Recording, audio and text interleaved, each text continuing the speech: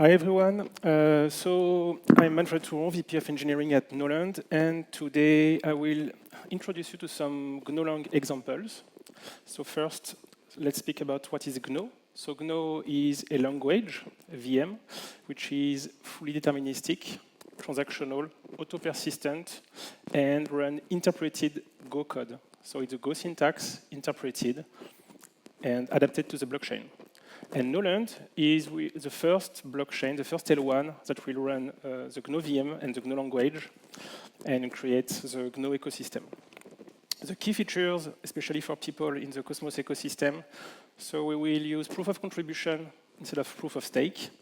We'll use Tendermint 2 instead of Tendermint or Comet BFT. IBC X and ICS X, so basically improved version. We don't know the final names, but adapted to the new needs we envision, and with retrocompatibility with current version of IBC and ICS. We plan to be the hub of the Gno ecosystem, both as ICS security provider, but also ICS provider in terms of providing the source code for the Gno ecosystem. So if you launch your foo.land chain, you can reuse all the code hosted on Gno.land. And it will be a future Atom 1 Hub ICS consumer. In terms of features, so especially if you come from the Go ecosystem, the main differences are that it's completely deterministic. We don't have generics yet. Basically, we are like matching the Go 1.17 specifications at the moment. The persistence is completely built in, so you don't have to manage a store. You play with Go variables. You manipulate your code just with pure Go logic. There is no need to call a database or a store or a file system. The execution is sandboxed per contract, but as you will see, the goal was to make this sandboxing very interoperability friendly. So we have sandboxing, but it's way more lighter than other smart contract languages on this matter. And if you want to have more info on the compatibility or other things about the language, please go on the docs.gno.land website. So this is the simplest contract we can write.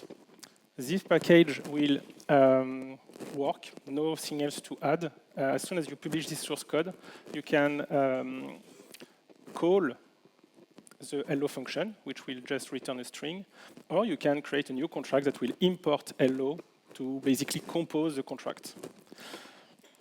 This is a more advanced example, which is still simple in my opinion, which introduces the concept of persistency. So you have a global variable counter, and this variable can be incremented by a public function, public because it's exported like in Go libraries. And we also have a render function, which allows the built-in DApp Explorer, Gno Web, to render the result of code execution without making a transaction, so without the need of gas. In practice, you can still have your DApp with some hybrid HTML, blah, blah, blah on the side, or you can use a built-in one, which will basically allow you to return Markdown rendering. This example introduces the notion of private helpers, so it's basically the same as before, but now we have inc and add who are publicly exported, so anyone can call them or any contract can import them, but they both use a private method, so a private function. So this function cannot be called externally, but can be called by the contract. And I also introduced the notion of caller. So as you can see, there is an import std, which is not something common in Go, and this package will allow you to get information about the blockchain. And here we are looking at who is calling, who is the caller of the contract. Oh, we missed a slide. So basically, the std provides the last caller, the current height, the current contract information, the chain ID, and so things that you can need from the smart contract point of view. We don't have file system, we don't have networking, but we have blockchain context. Another example, which this time will also store data, but in a tree. So basically, it's an optimized map. And here, the goal is to just have a simple system where every address can post a single message.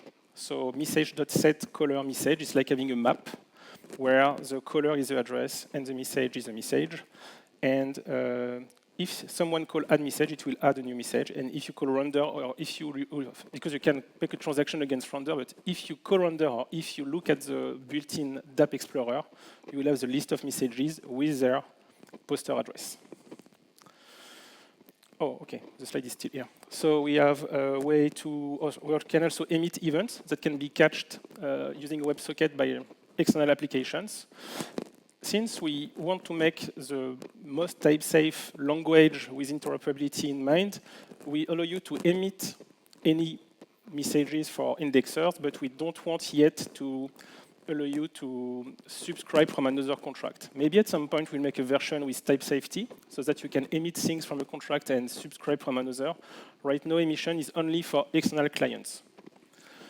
So yeah, getting the chain ID, getting the height, checking if someone is calling your function directly and not with through an intermediary contract for security reasons, for instance. A bunker interface. So this bunker interface is linked with the bunker module of your Tendermint instance. So in practice, if I make a transfer from a contract to someone or to another contract, then I can just use the Tendermint bunker module without running a VM to reuse this. Basically, they're sharing the same bunker. And then just some types that we are commonly using, like what is a coin, what is a realm, with some helpers to basically allow you to create your custom ACL system. You can verify that the color of your contract is another contract, another person, or whatever. So, in addition to just having a language that we prefer, we just love Go, and we also like the concept of, like Solidity, having no need to create a custom storage or whatever. I for two will take the oath. With a persistence. Another thing where I think Gno is awesome is about the seamless interoperability, where we want to avoid having to call a contract, but instead we want to import a contract. But we want to keep the notion of just running untrusted permissionless code. So this example is about having two contracts. The two ones are independent. You can call just Alice in direct, and Alice allows you to set a custom number or to get the value. But Bob will get the value and set the other version. You can do this kind of stuff in so many languages, but most of the time you will make a call, which can be expensive, and you will basically avoid getting then setting. You will probably prefer just calling increment. Here it's an example where in the single execution, we are importing Alice, getting things and setting some variables. And at the end of the execution, the Alice state will be saved. So even if you call Bob directly, Alice state will be saved. And if someone updates Alice, so if you have two parallel flows of running transactions, they will be completely independent, but always up to date. This is a transactional part of the language. Another example of how to make basically a mini ENS system in Gno. You just have two maps, one to map from address to name, the other one name to map your register. So this example lacks just the two lookup functions, but basically creating an ENS was one of the first contracts we developed, mostly for testing the language, and it was a simple contract with 3 methods. And this contract is not only something you can call from an external point of view, it's something you can import from your contract. If you have this interoperability and have a user's contract which has a state like 1 million users, in practice, when you start your new contract, you import users, and you have a user base of named users. Just an example, if we want to make users the same contract but with an invite system, we can introduce another variable, admin, then we can make an assertion if the caller of the register was invited by the admin, and we let the admin be the only one who can create invites. So this is a simple ACL system. As you can imagine, it's super obvious that we need to create reusable libraries, especially for ACLs, but this is an example without any library to make a simple ACL both for the admin to be the only caller and for registered people to be whitelisted. Another example, which is a way to show both how to store not only primitive types, but for instance, a structure. So this one is simple, but it's still a structure. It's not just a string on integer. We can store the structure. We can also make non-DeFi applications, which is another goal of Gno, to provide DeFi foundations, but also to provide what we miss, what are basically all the other applications you have on your phone. If you want to make a Web3 backend, Gno can shine on this point. So this example is simple, but just show you this notion of having a structure, having helpers around the structure, like having methods, and being able to store, once again, not the primitive type, but a structure containing potentially pointers or other custom types. And it was just an example where, since the render function is dynamic, basically you can have, I think we miss, we should call the same update stat that we are calling during the transaction, but at render time. So basically you can consider that the Tamagotchi will save its state each time someone makes a real transaction with gas, but if you just call render, you can call the same helper and display the current value. So render is definitely a way to have a full Web3 dApp experience. You can still make the hybrid one, a 2.5 version with some AWS and some on the side, but there is a way to have a dynamic dApp exclusively with a smart contract ecosystem. Now let's speak about DeFi. So we have the GRC20, there is the CW20 equivalent of ERC20. So as for the other ones, it's basically an interface you need to implement. And this is an example of how to create a contract. How to create a new GRC20 instance. So here we are creating a bank, which is a banker, allowing users to choose if they want to make a local banker, which will be a pointer they can store, they can forward, giving access to their own bank ownership, or you can create a pre-realm banker, which will be a safe pointer you can expose, where people will basically be able to follow the GRC20 interface, but where each call will consider that the requester is the direct caller of the contract. This contract introduces the notion of init. So init is like in Go, something which runs before executing. The difference is in Go, init will be run several times because you can start your application, stop it, start again. Here we are starting the contract, then we pause, resume, pause, resume, pause, resume. So in practice, the init function will happen a single time during the lifetime of your contract when you publish. So it's a good way, for instance, to say admin equal the current caller of init, which is the publisher of the package. In that case, I'm registering bar20 in the GRC20 registry. So another realm with data persistency on how to make a map up of bar20 equal this pointer. So here another contract. I think the next example is the contract. Basically, we have another map taking as a key the full qualified name of the token, and we'll store for this key the pointer to the implementation of the GRC20 interface. So this contract is not importing any token, like foo20 or whatever. In practice, you can publish this contract right now, and later you can publish your own GRC20 implementation, and you can register, and since it's like Go, basically register will work only if the provided bank parameter is compatible with the GRC20 interface. And once it's set, basically an external contract can depend on GRC20 registry to allow making DeFi composition based on keys. So you don't exchange from a GRC20 pointer to another pointer, but between two GRC20 qualified names. This is a simple example of how to wrap a native coin. So here it's a native gas token, the UGNOT, into a wrapped GRC20 one. So we just create a new GRC20 interface, and the deposit function will receive, so it's another helper of the STD library, get or each cent, which will basically return the amount of coins of any value, can be the native one, can be the UGNOT, can be an ABC one or whatever, and they will mint the equivalent of GRC20 and store the received token in the bank of this contract. The withdraw is basically the opposite. We burn the GRC20 and we send back to the native coin.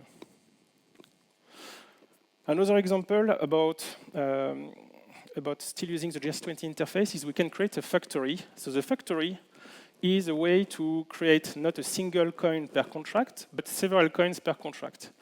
And this notion is about making not only users having an address, not only having contracts having an address, but also having Go objects.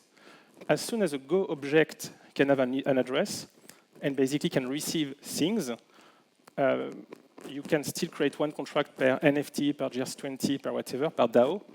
Or you have this choice of considering that this Go object is like a user, like a contract. It's an entity holding assets and having ownership. So basically, the object can then use its own banker to send GRC20 tokens, but not from the contract point of view, from the Go object point of view.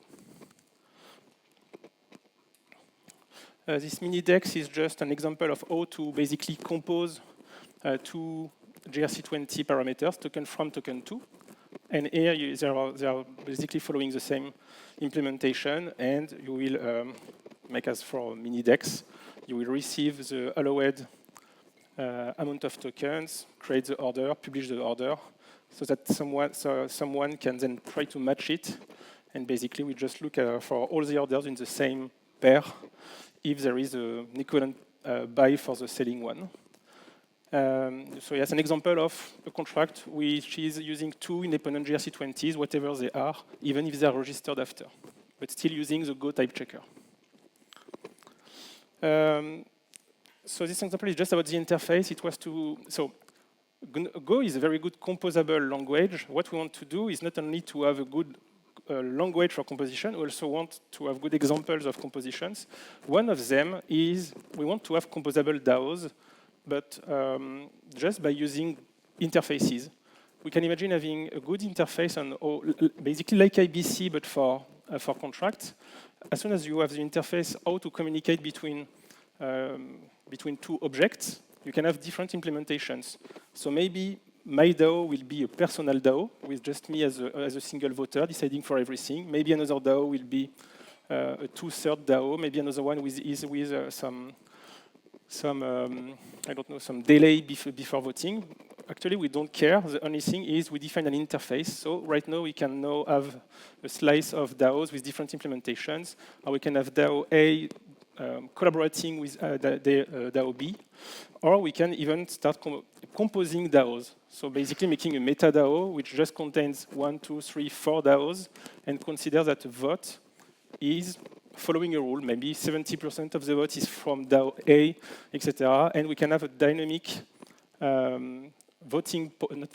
score for a DAO where each sub-DAO has its own implementation of what is the current local vote. So DAO is not yet composed as much as we want, but we want to make composable DAO thanks to Go interfaces. 1 minute, I think I won't finish all the examples, but basically, this is the first realm that was created. And it was definitely an example of, in any language in Web 2.0, writing a forum is super common. It's something you usually do at school.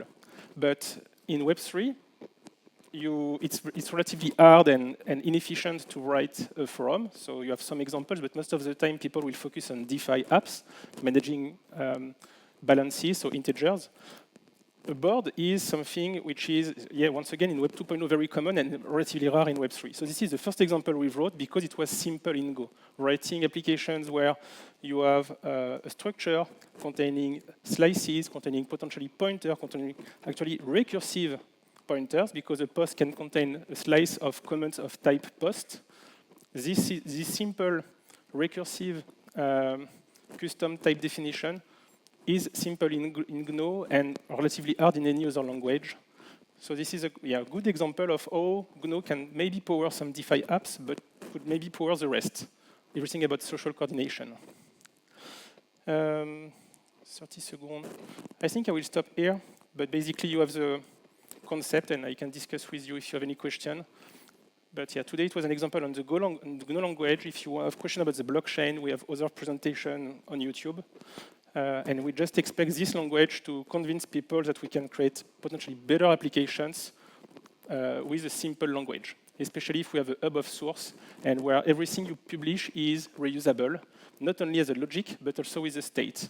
So I want a users database, then I want, I don't know, a token database, etc. Time is up. Thank you very much.